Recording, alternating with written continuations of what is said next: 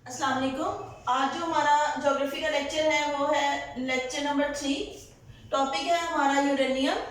Last time जो हम लोगों ने डिस्कस किया था वो गोल्ड को डिस्कस किया था। गोल्ड से प्रीवियस हम लोगों ने आयरन और खाम लोहे को डिस्कस किया। आज जो हम लोग करने लगे हैं ये है यूरेनियम। यूरेनियम लॉन्ग क्वेश्चन के पॉइंट ऑफ व्यू से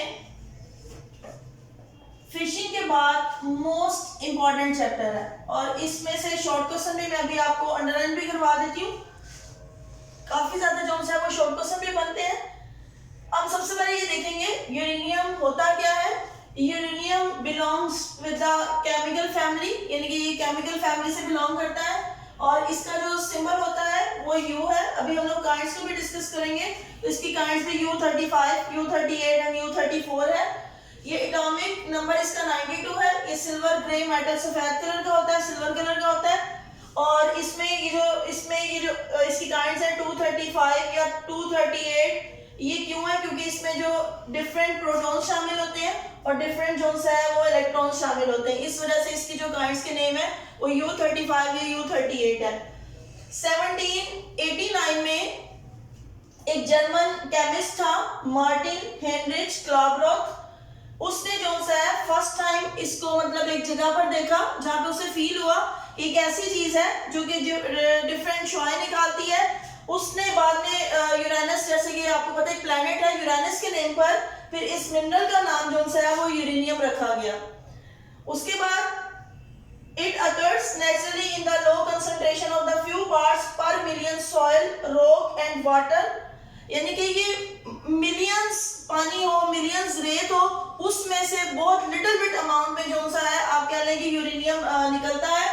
ये स्पेशली जो सा कमर्शियली देखा जाए extracted from the uranium bearing minerals, ऐसी खानों से निकाला जाता है जो कि यूरेनियम को बर्दाश्त कर सकती हैं, क्योंकि ये फटने वाली धात होती है, शुआओं वाली धात होती है। अगर इसको मतलब आप कह लें हीटअप ज्यादा हो तो ये फट भी सकती है, जो कि नुकसान देती है, क्योंकि ये एटॉमिक एनर्जी में एटम बम वगैरह बनाने में भी इसका इस्तेमाल काफी ज्यादा किया जा रहा है।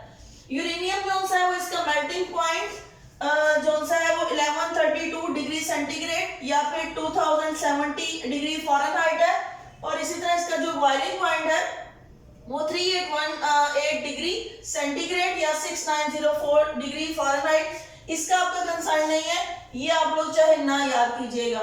जस्ट आप लोगों ने ये इंपॉर्टेंट आपका शॉर्ट क्वेश्चन है, ये पेपर में भी काफी दफा आता है, ये आप लोगों ने लाजमी जो है वो करना है। और ये भी ईयर भी याद रखना है कि कब उसने दरियाफ्त किया था यूरेनियम को। क्लाबरॉथ ने, आपकी बुक में मेंशन सिर्फ क्लाबरॉथ का ही नाम है, इसका जो पूरा नाम है वो मार्टिन हेनरिच क्लाबरॉथ है, ठीक है। और फिर मैं क्या ये भी आ सकता है कि इसको किस नाम से डेवलप किया, यूरेनियम का नाम किस प्लैनेट से लिया गया, तो यूरेनस जो आपका है प्लैनेट, उससे लिया गया इसका नाम। उसके बाद देखिए फाउंड फ्रॉम द, ये भी आप लोगों ने शॉर्ट क्वेश्चन याद कर लेना है कि ये तकरीबन 20 किलोमीटर डेप्थ में जमीन के जो है वो बाजुकात पाया जाता है। ये भी आप लोगों ने शॉर्ट क्वेश्चन याद करना है। 4 ग्राम यूरेनियम इज पॉसिबल 1 टन और यूरेनियम, यानी कि खाम यूरेनियम से 1 टन अगर खाम यूरेनियम हो तो उससे सिर्फ 4 ग्राम यूरेनियम जो है वो हासिल किया जा सकता है। इसके बाद जो इसकी काइंड है मैंने आपको बताया, डिफरेंट काइंड्स है, अभी हम लोग वो भी आगे डिस्कस करते हैं। 235 है, वो जनरली यूज होती है इन जनरेशन ऑफ एनर्जी में, यानी कि बिजली बनाने में जो इसकी काइंड यूज हो रही है वो 235 यूज हो रही है।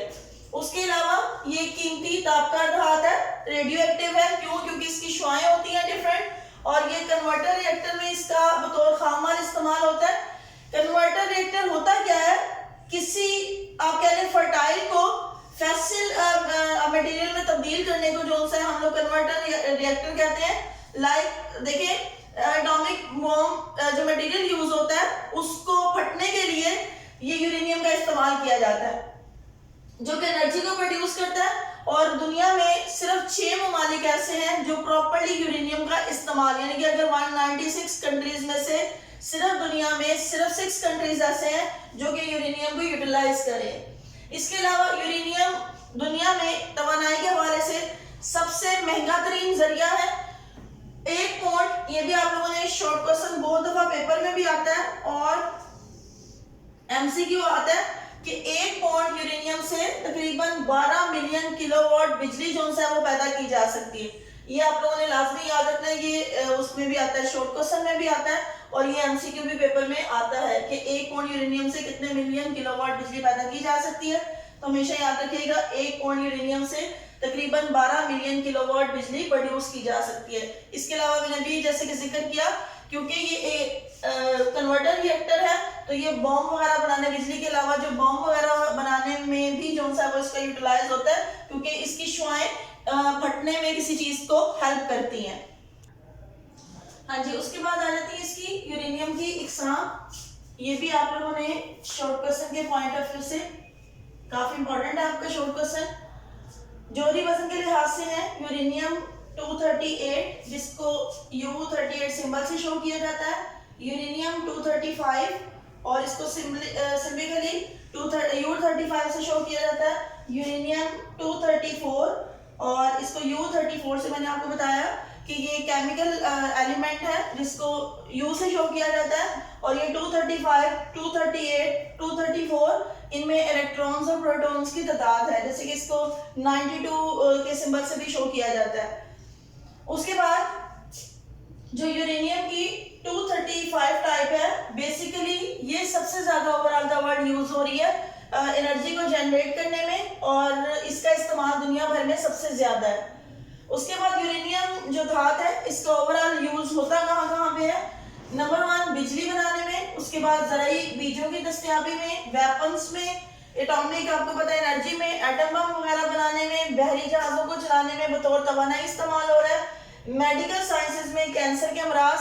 अच्छा, जैसे जैसे ये किसी डिजीज का आप कह ले एक उसकी ट्रीटमेंट भी है, लेकिन उसके साथ साथ ये उसका बाइस भी बनता है। जैसे कि यूरेनियम की जो धात है वो लंग्स कैंसर का, इसके अलावा जो सा है किडनी कैंसर का, उसका भी बाइस बनती है। किडनी को डैमेज करने में भी यूरेनियम का काफी ज्यादा, क्योंकि यूरेनियम की जो शुआएं होती हैं अगर इंसान की बॉडी में जाती हैं तो उसमें इंसान बहुत सारी बीमारियों से सफर हो सकता है। उसके बाद शीशे की सतह पे स्क्रैच डालने के लिए, शीशे को कट करने के लिए यूरेनियम का इस्तेमाल हो रहा है। उसके बाद ये इसका यूजेज था, ये भी आप लोगों ने जो सा है वो शॉर्ट क्वेश्चन के पॉइंट ऑफ व्यू से कर लेना, बाजू बात आ जाया करता है, इसमें काफी सारे शॉर्ट क्वेश्चन है। उसके बाद जो मेन आपका क्वेश्चन आपको पता है कि उसकी आलमी पैदावार है कि दुनिया में कहाँ कौन कौन से ऐसे ममालिक हैं जो कि यूरेनियम को प्रोड्यूस करें।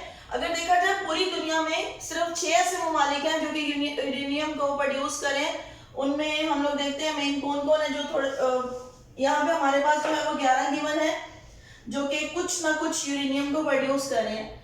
इसमें जो पहले नंबर पे आता है दुनिया में वो आता है कजाकिस्तान। जो कजाकिस्तान है वो रूसी आजाद रियासतों में से एक है। ग्रेट रेवोल्यूशन के बाद आपको पता है जब रूस स्कैटर्ड हुआ तो उसकी बहुत सारी रियासतें जो है वो इंडिपेंडेंट हो गई। उसमें यहाँ पे जो कजाकिस्तान है ये मादनी वसाइल से मालामाल है, इसलिए दुनिया में सबसे ज्यादा जो यूरेनियम की पैदावार है वो कहाँ पर है? कजाकिस्तान है। यानी कि पैदावार के लिहाज से कजाकिस्तान दुनिया में पहले नंबर पे आता है यूरेनियम की पैदावार में।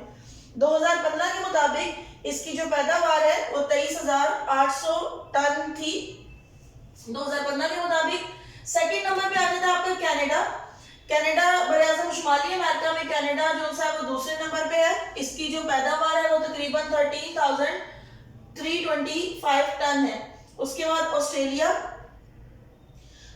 आपको पता है कंट्री बड़ा है लेकिन यहाँ पर आबादी कम है, तो यहाँ पे रिसोर्सेज भी कम इस्तेमाल होते हैं। तो ये क्या करता है कि दूसरे मुल्कों को जो अपनी प्रोडक्ट्स होती है वो एक्सपोर्ट कर देता है।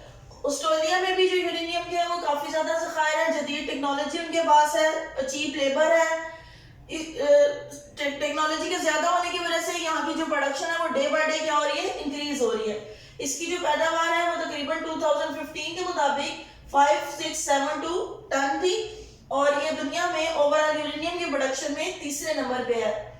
नाइजीरिया, ये अफ्रीकी ममालिक में जो सा है नाइजीरिया जो सा है वो यूरेनियम की पैदावार में सरे फहरिस्त है। इसकी जो पैदावार है 2015 के मुताबिक 4057 टन थी और ये यूरेनियम की पैदावार के हवाले से दुनिया में चौथे नंबर पर आता है। उसके बाद फिफ्थ आ गया मुत्तहिदा रूस। आपको पता है जब रूस रेवोल्यूशन से पहले वहां की प्रोडक्शन हर चीज में ज्यादा थी, लेकिन जैसे ही इसकी रियासतें स्कैटर्ड होगी, इसकी जो सुपर पावर खत्म हुई तो इसकी पैदावार में और टेक्नोलॉजी में आहिस्ता आहिस्ता क्या होगी, कमी वाक़या होगी। देखिए पहले सारी रियासतें इकट्ठी थी तो टेक्नोलॉजी भी ज्यादा थी, लेकिन जैसे ही वो रियासतें अलहदा होगी तो इनकी टेक्नोलॉजी वगैरह में भी क्या होगी, कमी वाक़या हुई। और रूस जो है वो बिजली पैदा करने के अलावा जो है एटॉमिक एनर्जी में भी इसका काफी रोल है, यूरेनियम में। और इसकी जो पैदावार है 2015 के मुताबिक 3055 टन है, और ये दुनिया में यूरेनियम के हवाले से 5वें नंबर पर आता है। इसके बाद 6 नमीबिया, अफ्रीका में जो नमीबिया है इसका भी एक खास मुकाम है, और यहाँ की जो हुकूमत है वो खुद दिलचस्पी ले रही है यूरेनियम को कानों से निकालने के लिए, जिसकी वजह से डे बाय डे इसकी प्रोडक्शन में भी क्या हो रहा है, इजाफा हो रहा है। और इसकी जो पैदावार है वो तकरीबन 2015 के मुताबिक 2993 टन थी, और इसकी गवर्नमेंट सुपरविजन की वजह से डे बाय डे जो है वो ये यूरेनियम पैदा करने में पहले से जो सा है वो इंक्रीज हो रही है इसकी पैदावार। उसके बाद 7वें नंबर पे आ जाता है उज्बेकिस्तान। उज्बेकिस्तान भी रूस की आजाद रियासतों में से एक रियासत है। ये भी जो सा है वो यूरेनियम को एनर्जी के अलावा बिजली बनाने में भी इस्तेमाल कर रहा है, एटम बम बनाने में भी इस्तेमाल कर रहा है। 2015 के मुताबिक जो उज्बेकिस्तान की सालाना पैदावार है वो 2385 मीट्रिक टन है, जो कि यूएसए के बाकी ममालिक से उनसे काफी बेहतर है। और जो सा उज्बेकिस्तान दुनिया में यूरेनियम की पैदावार के हवाले से दुनिया में जो सा है वो 7वें नंबर पे आता है। चीन आपको पता है ओवरऑल अगर देखा जाए पूरी ज्योग्राफिया में चीन ही पहले नंबर पे है, लेकिन यूरेनियम जो कि एक कीमती धातु है और ये हर जगह दुनिया में मौजूद नहीं है, इसकी खानें मौजूद नहीं है। और आप हमने लास्ट टाइम भी अभी प्रीवियसली शुरू में भी डिस्कस किया था कि कितने मिलियंस वाटर में से कुछ ग्राम जो से होते हैं वो यूरेनियम के हासिल होते हैं।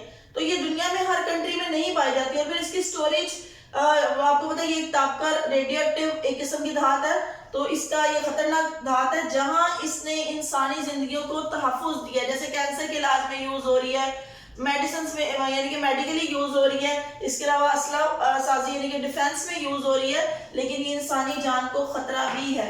यानी अगर इसकी शुआएं इंसान की बॉडी के अंदर जाती हैं तो वो डिफरेंट बीमारियों का भी जो है वो सबब बन सकती हैं।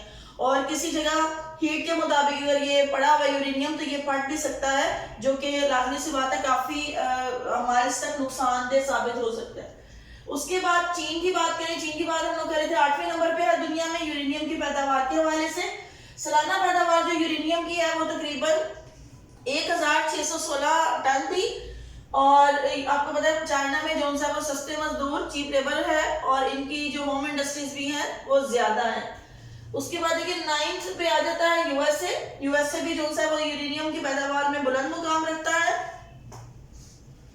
ये जो इनका आपको पता है यूएसए की भी आबादी के अकॉर्डिंग टू जो बाकी का होता है वो बाहर के मुल्कों को क्या कर दिया जाता है, एक्सपोर्ट कर दिया जाता है, जिससे यूएसए हैवी किस्म का जो है वो फॉरेन एक्सचेंज भी अर्न करता है। इसकी पैदावार तकरीबन 2015 के मुताबिक 1256 टन थी, और ये दुनिया में यूरेनियम पैदा करने के हवाले से 9वें नंबर पर आता है।